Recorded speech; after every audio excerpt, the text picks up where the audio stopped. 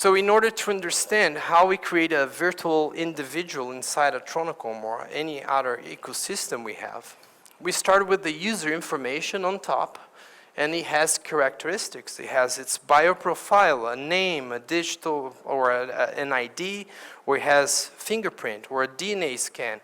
It doesn't matter the kind of information we get. We combine that information into a first layer of encryption that we use RSA 2048 because it creates a very big number, like I'll show it to you.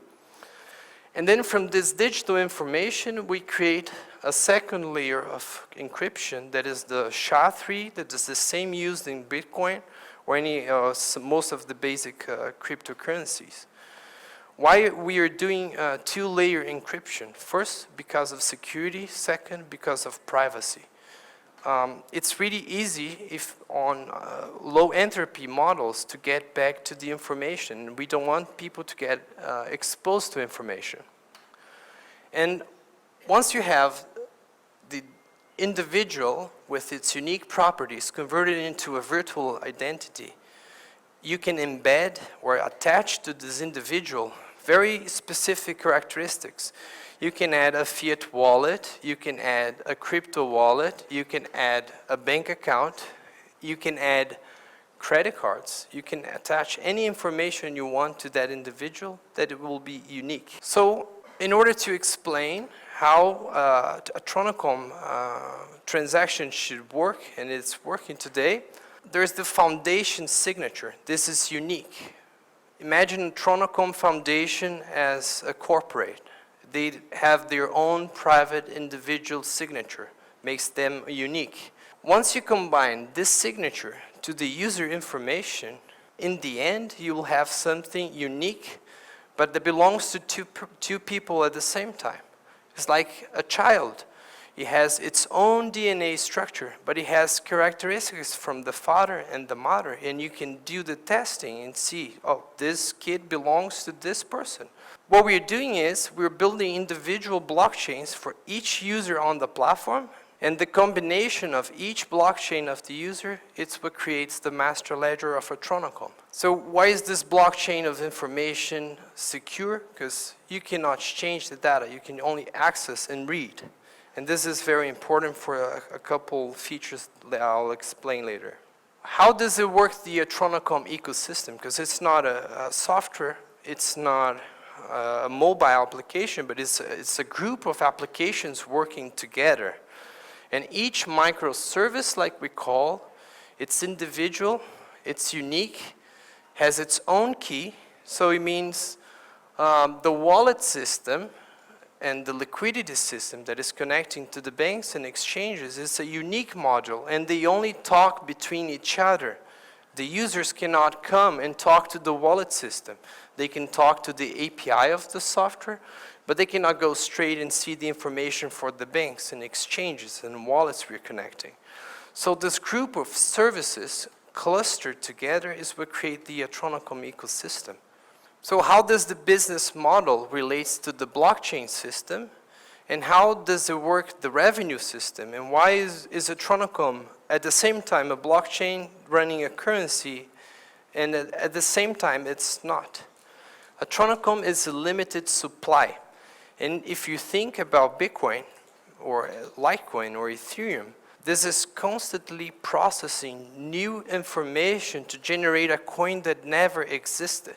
Atronocom is a little different.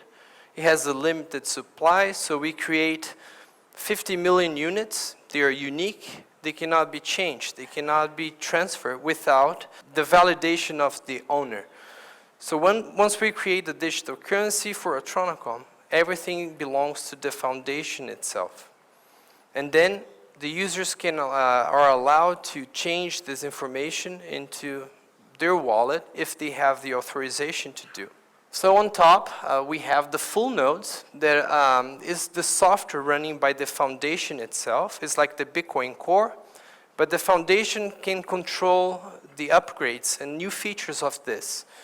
And then you have the public area, that is the area below here, that is allowing the access and connection to the core so they can provide services and they receive services.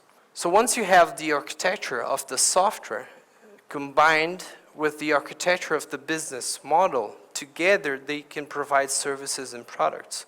So Atronocom become a technology infrastructure providing services and products to people. I'll talk a little bit about the difference on the hashing and how do we treat this. Atronocom it's not an elliptical curve cryptography, it's a dynamic radius crypto hashing. What does it mean?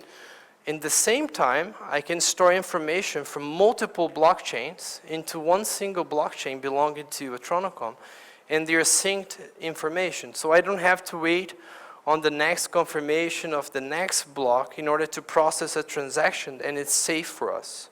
I'll go now through a few steps and I'll show you the platform so you understand what I'm talking about. If you guys can just connect my computer, because it's easier to show you live.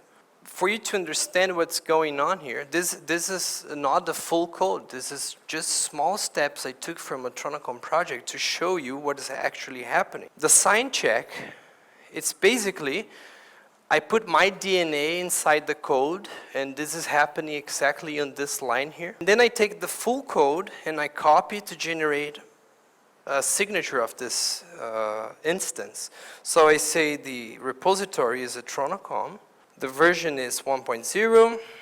I take the source code. Why is it asking me for the source code? If I want to process information and I want to guarantee that the information generated by this is real, I'll just verify myself. It's like I'm doing a character check on myself. Oh, I'm not lying about the information, so I should check me. So what we do is we take the entire code, like we're doing here, and we run a verification of the signature of the code itself. So I'm using an example, mail.com. Sorry, I have to do it again because I overtyped it here. I cannot miss one single character or else it won't work. Atronocom 1.0. The source code, it's already here. So the mail. And then you get to see and understand. Oh, I missed the hash sign. Thank you.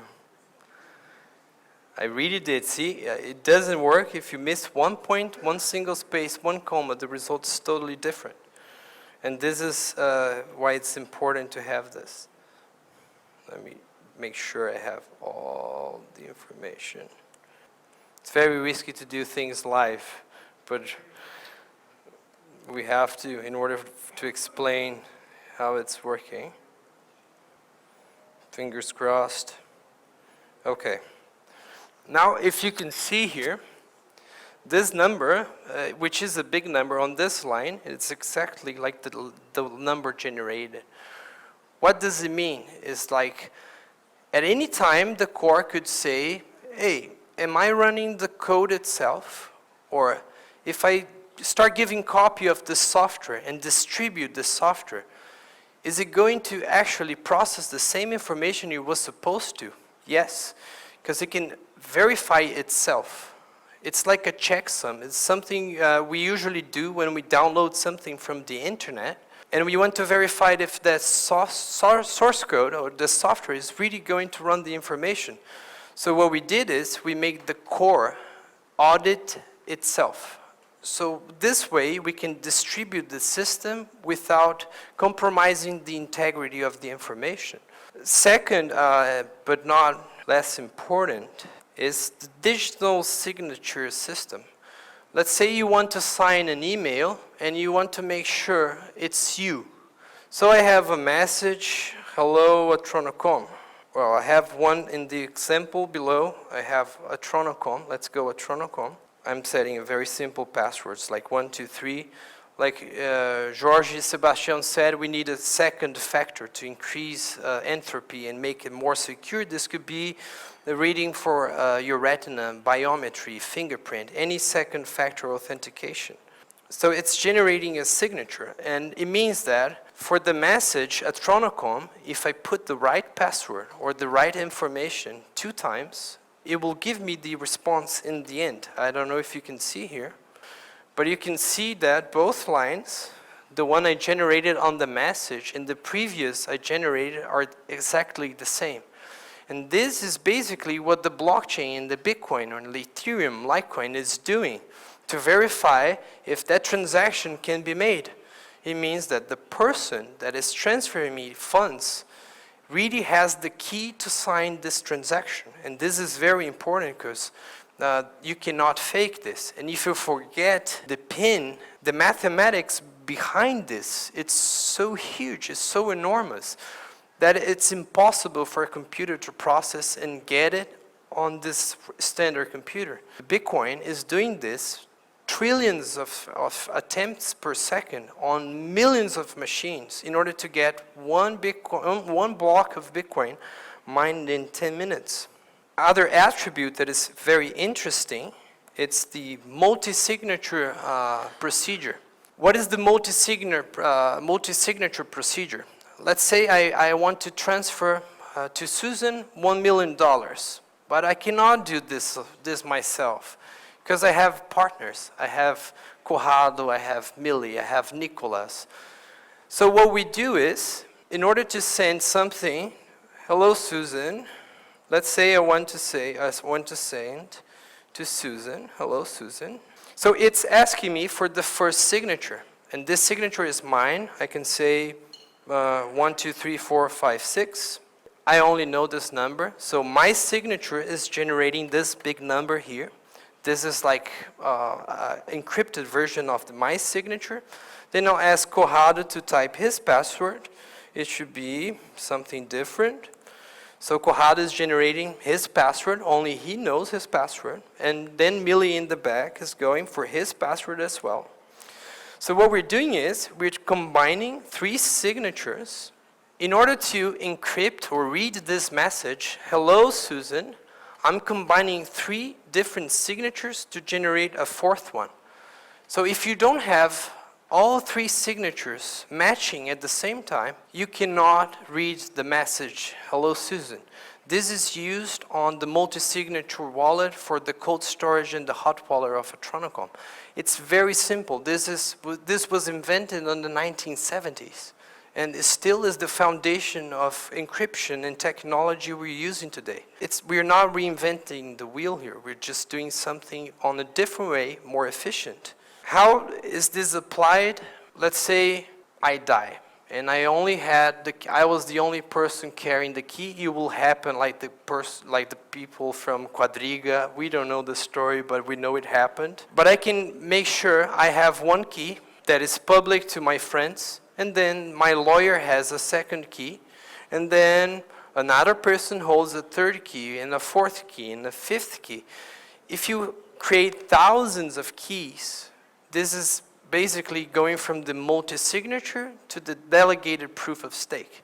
If you have a group of millions of people, that their signature is required to generate the last one. If there's no consensus between everybody, this transaction will never be processed because we'll never find the key to this password. So this is what gives security on a delegated proof of stake. You're holding a piece of the information, and if you combine all the information that is spread between all the users, then you can really find the key. So the core, when I say, please deposit me $1 million from Susan, the core is actually collecting all signatures from all the users in the system and verifying if we have a consensus of 50% plus 1 people signing the transaction with the real value of the transaction. And this is what really gives the security of the system. So when we distribute and we decentralize the system by opening the source code to the community, we won't lose control of the project. And there's no way a greedy person will try to take over the project, because you will have to take over everybody in the system. You cannot go, even if you have the intention to, hire a militia and go to all network system and people at the same time and put a gun in their head and say, please give me the password, because the moment they do this, in the following second, it changed already. So this is a very secure way to store information. And last but not the least, because I know it's boring, you may get sleepy, but I'll show you, in order to understand tokenized version and tokens, imagine that I can come here and create 50 people, just out of nowhere, like this. 50 people will appear. It's like having 50 human beings, all with its unique DNA. And when I say I want to create 50 million tokens, when people say, and you may read on the internet, oh, let's create 21 million Bitcoins. This is the mathematics. It's 35 lines of code. It's not alien technology. You can see a lot of repositories on the internet and understand how this technology is working. This is a little different, but this is what actually happens. So I say Atronocom Foundation. I put a password that only the foundation knows, and this could be a multi-signature like we have shown on the previous step. It will ask for a second factor because everything has to be secure. And then it will call me, hey, what is the total supply? I'll make it bigger. What does it mean? It's not only used to create tokens, but once you deposit 10,000 euros on a Atronocom account that we are the service provider, what the system is actually doing is, oh, there is a new deposit from this user for 10,000 euros. I have to create 10,000 tokens to represent the euros on the bank account. So what we do is, I say 10,000, and when I click enter, this computer will do some calculation and create unique 10,000 units for everything. It's thinking and it's just processed. Instead of processing on demand, we are using very simple technology to process instant 10,000 units of tokens, and everything is here. You cannot see this way. I'll make it bigger because it's easier to understand. Let me copy this structure. Not this way. Oop, bugged. Yeah, low memory, sorry. I think it crashed, bummer. Okay, here we go, back live. So for you to understand, I just did the equivalent of 10,000 processing in 1 second.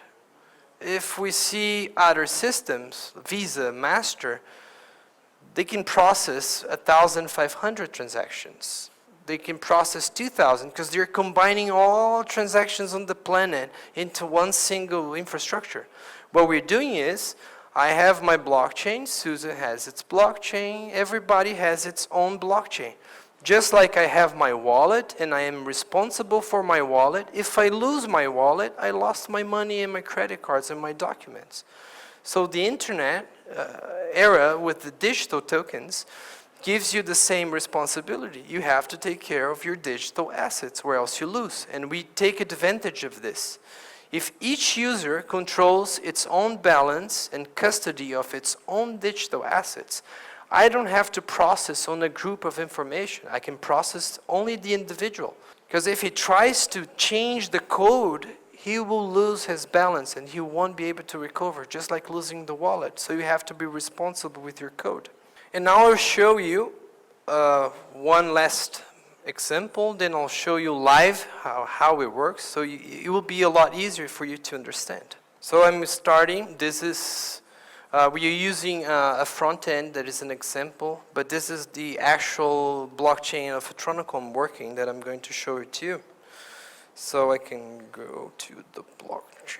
This is a very known library for front end. If you look on the internet, you'll find. And I have to run 2 services. So to explain to you, like I said, we don't need to process information. We just need to guarantee that the information generated on the system is trustful. When you do accounting, you trust your accountant. He will never lie to you, or else he will get a fine, he will lose his license. So we are actually creating, like a central bank in a mint house, we're creating like the virtual accountant. And he will take and process all the information on the blockchain, and he is the only one, as the Atronocom Foundation, with power to write on the book and say, Eduardo, transfer 1 million to Susan. I cannot do it. Only the core of the software can do. And I'll show you how it works by doing one transaction. And I will explain step by step so you get to understand a little bit of the technology itself. Most people see a when I try to explain, and I do this speech to a lot of people all over the world, and when I say, do you understand blockchain? They see this abstract form. They don't even know what it is. But the blockchain is just a chain of information that the next one carries characteristics of the previous one. If I have a son, my son will inherit DNA characteristics from myself. But it's not the same as I am. It doesn't have the same DNA, just fractions of my DNA. Like I said, let me open notes because it will be easier. I cannot cheat. I have previous one here. So let's go. This side. First things first. In this side, we have like the blockchain running. Imagine the ledger book I showed you on the first image. It's a piece of paper. I have pages and I'm going to write transactions, and I am the accountant with the authority and power to do it legally. So how do we do this? I'll have to create the individuals first. So I'm going to generate, and what's actually happening, this is the public side. That means it's like your credit card. This is the number on the front of your credit card, and this is like the CVV of your credit card. This is the private key. Who has access to this information on the bottom? If they do a little calculation, can generate the information on top. And this is like the counter proof. How do you generate this information on top? By providing this specific information. It's like DNA. In order to process this protein, I have this sequence of DNA. So it's very specific. So this becomes like the public address of the user. This is where you send the deposit, and the private key is what gives him the right to sign this transaction. So I'm going to copy this. It's the first user. I'll save it. So we have it. So this is the address. So I'm copying the private key. Now, in order to transfer to another person, I need to create another address. So I'll go back there. I'll generate a new one. I can do some clicks. Bloop. We use RSA 2048 because it generates a huge information. This, we call it in IT entropy. The biggest the information, the hardest is the chance for somebody to find this back. This is 2 to the power of 2048 probabilities that somebody will find this. Bitcoin is 2 to the power 256. So you'll find a number between 2 to the power of 255 and 57. This is 2 to the power 2048. This is like taking Bitcoin to a super higher level because we have to protect the privacy of the individual. So I'll copy this address. I'll create a new person. It will have a private key. And now I'm going to make a transaction. What does a transaction consists and how does it work? You have the origin, means I am the one sending, so the transfer will come from me as a Atronocom Foundation, and I have a private key, I have my signature, and I'm sending to Susan. This is the destination address, so I'll take there, I'll copy myself. This is the representation of me, the individual Eduardo. This is the code. And then I'll take my signature because I have to sign on the code. And this is this big number here. And then I'll put the destination, that is Susan. So I have a virtual representation of Susan. It's this one, very beautiful number, sequence. There we go. And I'm going to transfer her 1 million. She's buying dinner for everybody today. So I generate a transaction, I confirm, okay, but this is not very special because I have to come there and check on the blockchain. What is happening? Oh, so I'm the accountant. There's a new transaction from the sender to the receiver. There's the same header because we use a way to track the information. So this number that repeats is like the Atronocom Foundation. And there's the value, 1 million. I am the accountant. So I am responsible for writing on the ledger that Eduardo sent 1 million to Susan. So when I come here and I click, this is not done manually. This is the computer doing automatically billions of transactions in 1 minute, 2 minutes. Really depends on how big is the network. So when I write, you can see that It's going from the sender to the receiver, the value of 1 million, and then there is the signature of the Atronocom Foundation, and Atronocom Foundation received 0.01. We can define this. But this is the cost for Atronocom Foundation to verify my signature, her signature, process the information, go back in the core, do the validation to see if the software is complete, and it signs the transaction, and it goes into page 2. If I add a new transaction that I could do, but I don't want to take too much time, it will create a new page. Just like the Bitcoin creates a new block with millions of transactions. I can store infinite amounts of transaction and process at single time here. This is the difference. The advantage we have this is like you've seen. Instead of processing 1,000, like I saw the white paper for Libra, they can process 1,500 transactions per second, 1,500, with 2 billion users. Just imagine people launch the new version of Pokemon Go online, and Facebook users want to buy Pokemon Go. 2 billion people trying to pay for the same product at the same time. They can only process 1,500 transactions. It's the same thing when you go to the supermarket, you try to use your credit card, and it says declined. But you have the money, you know you have the balance. It didn't process because the server was overloaded. It didn't process, so you try the second time, it doesn't go. Maybe on the third time it goes. When we don't have on-demand processing, we have real-time processing, we can create real-time economy. And Atronocom is really going towards this direction. We are combining open banking to the exchanges API, to credit and service providers. They're real-time providing information. And once you have this, you have real-time economy. And what is the impact of this that I showed to you? It means that if somebody goes to the digital era and he's an employee of the government, for example, when I buy my coffee and I pay taxes on my coffee, a fraction of the taxes I paid go to your salary instant.